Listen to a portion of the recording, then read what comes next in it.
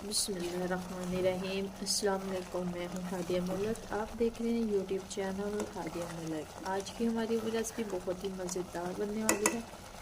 आज से पहले आपने यूट्यूब की तारीफ में पहली दफ़ा देखी होगी। तो आज हम बनाएंगे अंडे वाली सेवइयाँ। तो बहुत ही मज़ेदार बनती हैं। तो आपने मेरे बताए हुए तरीके से ज़रूर बनानी है।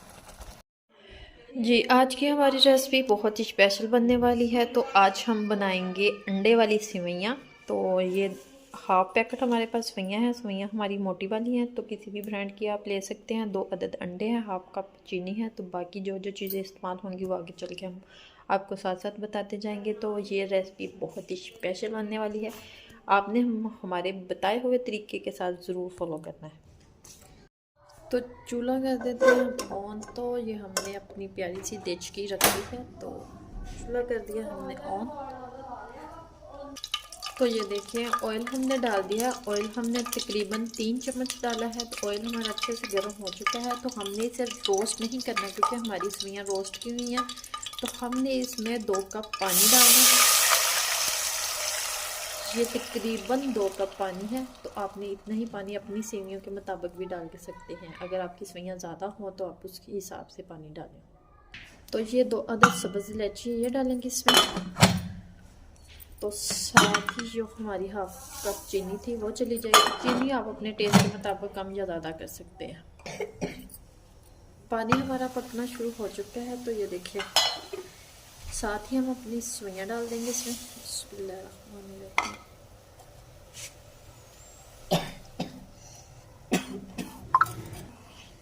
तो इसे हम थोड़ी देर इसी तरह पकाएंगे। तो इसी तरह हमने इसे पकाना है। तो ज़्यादा टाइम नहीं लगती, तकरीबन 3 से 4 मिनट में ये बन जाएंगी। तो इसमें जब ये कंडीशन आ जाए तो इसे हम ढक के थोड़ी देर पकाएंगे। तो इधर हमारे पास 2 अदद अंडे थे। अंडों को हमने अच्छे से फेंट लिया है। तो ये हम इसमें मिक्स करेंगे।